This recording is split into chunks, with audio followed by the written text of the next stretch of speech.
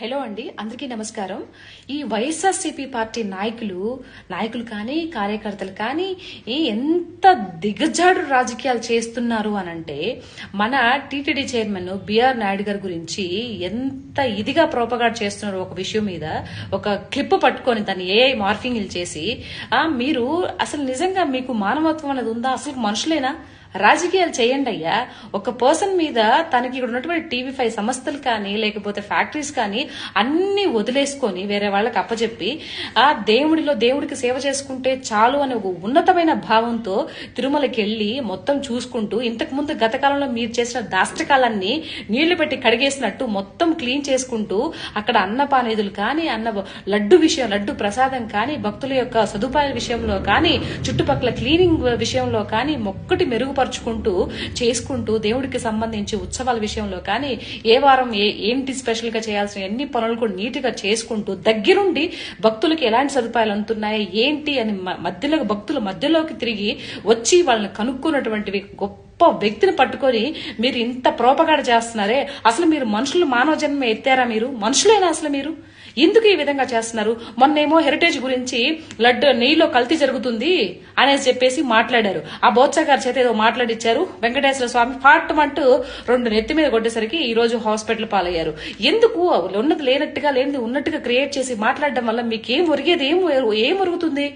మీరు ఈ విధంగా ఈ వేలో వెళ్తే ఎవరినో ఒకరిని ముద్ర వాళ్ళ మీద బ్యాడ్ గా ముద్ర వేసి వాళ్ళ మీద ఇది చేస్తే మీరు గెలుస్తారేమో, నెక్స్ట్ ముఖ్యమంత్రి అవుతారేమో అనే అపోహలో ఉన్నారు. కానీ మీరు ప్రజల్లో ఉన్నాం, ప్రజలకు మేలు చేయాలి, ప్రజలకి ఏం చేస్తే బాగుంటుందనే విషయం పక్కన పెట్టేసి ఎవరి మీద ఎలాంటి నెగిటివ్ ముద్ర వేద్దామా అనే ఒక ఇదిలో మీరు ముందుకెళ్తున్నారు. అది కరెక్ట్ కాదు. జగన్మోహన్ రెడ్డి గారు, మీరు ఇప్పటికైనా మీ వాళ్ళకి చెప్పండి, లేకపోతే మీ నుంచి మీ కనుసైగలేంది ఏది జరగదండి. ఇలాంటివి చేయడంలో మానేయండి. కొంచెం మంచిగా ఉందతనంగా రాజకీయాలు చేయండి. మన హెరిటేజ్ మీద మీరు నెయ్యి మీద ఇచ్చిన ఇది సుప్రీంకోర్టు మీకు 2 మొటిక్నలు వేయలేదా? మీకు జరినామా వేయలేదా? మీరు క్షమాపణ చెప్పలేదా? అయినా ఇప్పుడు మళ్ళీ బిఆర్ నాయుడు గారి మీద పడ్డారు మీ కన్ను. అంటే ఎవరైతే మంచి పనులు చేసుకుంటూ పోతున్నారో, ఎవరైతే ఇది చేస్తున్నారో వాళ్ళని ఎందుకండి మీరు ఈ విధంగా ఇలాంటి వీడియోస్ పెట్టి ఇది చేస్తున్నారు? మీ పార్టీలో ఏమన్నా అందరూ ఉత్తమోత్తములు ఉన్నారా అండి?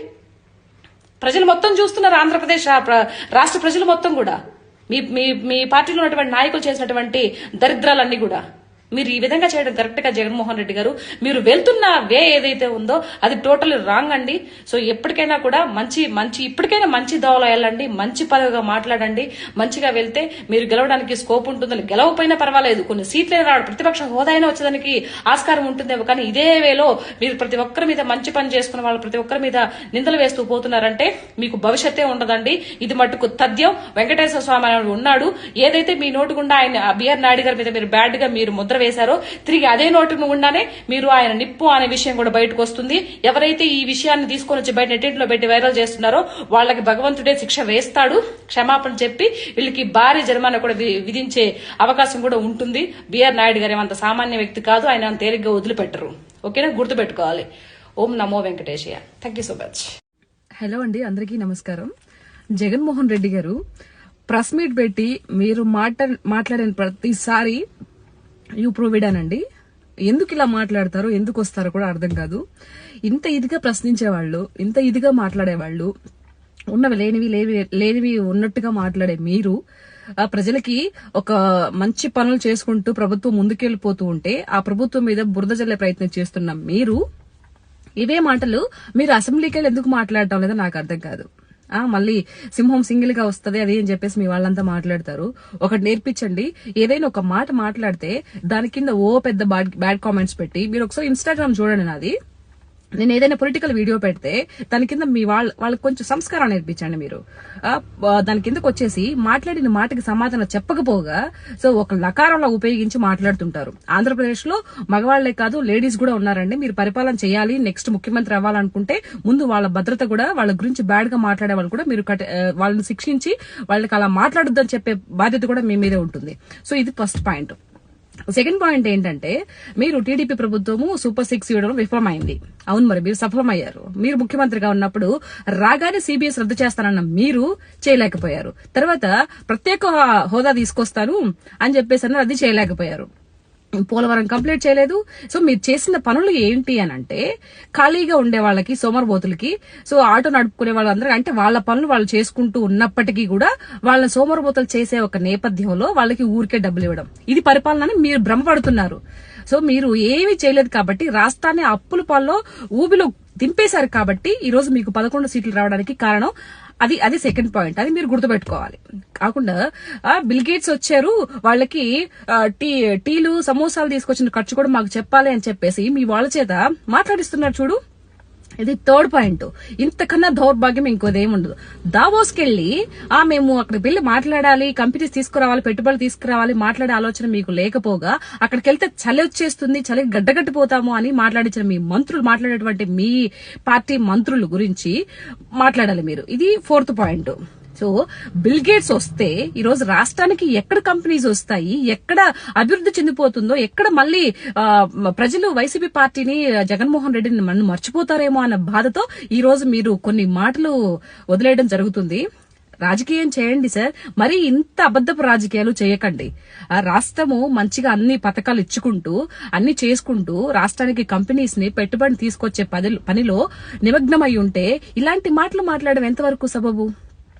మీకు నాకు చూడ ప్రజలకి సేవ చేయాలనే ఒక భావన లేనట్టుంది. అంటే ఎంతసేపటికి పదవికాంక్ష ఉంది తప్పితే ప్రజలకు ఇది చేయాలి అనే భావన మీలో ఎట్టు కనిపించడం లేదు. కాబట్టి ఇలాంటి మాటలు మాట్లాడుతున్నారు. సో ఇప్పటికైనా ఇలాంటి మాటలను ముగించేసేయండి. వాటికి స్వస్తి పలికి రాష్ట్రానికి, ప్రజలకి ఎలాంటి పనులు చేస్తే, ఏం మాట్లాడితే వాళ్ళకి ఉపయోగపడుతుందా, ఏం చేస్తే ఇదవుతుందా, అదొక ఆలోచించే విచక్షణ ఉండండి.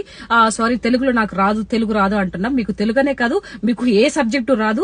అక్కడికి అడిగితే దావోస్ కదా, అక్కడికి వెళ్ళి అడిగితే ఇది is very lengthy question. English రాదు, తెలుగు రాదు, హిందీ రాదు, ఏమీ రాదు. మళ్ళీ నేను కొంచెం వీకు అని అంటారు. మీకు తెలుగు వీకా అండి? మీకు తెలుగు మాట్లాడడం రాదా? మీకు ఎందుకు ప్రతిసారి ఇలా వస్తారు, ఒక కామెడీ జనరేట్ చేసి వెళ్ళిపోతారు? సో కాబట్టి జగన్మోహన్ రెడ్డి గారు, మీ మీద మాకు ఎలాంటి పగలేదండి. సో ఏదైనా ప్రతి ఒక్కరు కష్టపడేది ప్రజల కోసం కాబట్టి ప్రజల్లోకి రావాలి, ప్రజలకు మేలు చేయాలనుకున్నప్పుడు ఒక పద్ధతిగా మాట్లాడండి. మీరేం చేయాలనుకుంటున్నది ఏంటని చెప్పేసి అది చేయండి తప్పితే ఎంతసేపటికి ముందు పదంగా వెళ్ళిపోతున్నటువంటి మంచి పనులు చేసుకుంటూ కంపెనీస్ ని తీసుకొస్తున్న పార్టీ గురించి ఇలా దుష్ప్రచారం చేయడం, ఇలా మాట్లాడడం అది కరెక్ట్ కాదు. సో ప్రజలేం ఎర్రివాళ్లు కాదు, వాళ్ళకి అన్ని తెలుసు కాబట్టి ఈ రోజు మీకు 11 సీట్లు ఇచ్చారనే విషయం మర్చిపోకండి. సో జగన్మోహన్ రెడ్డి గారు తప్పుగా ఏదైనా మాట్లాడుంటే మన్నించమని మనవి చేసుకుంటూ ఈ యొక్క వీడియో కింద మీ వాళ్ళు ఒక అద్భుతమైన కామెంట్స్ పెడతారు. సో మీరు వీలుంటే ఒకసారి, నా పేరు ఫుల్ సీత అండి, ఒకసారి చూడండి. సో దాని కింద ఎలాంటి కామెంట్స్ ఏంటనేది ముందు దాన్ని అరికట్టే ప్రయత్నం చేయండి. Okay, thank you so much Jagan అన్న. బై.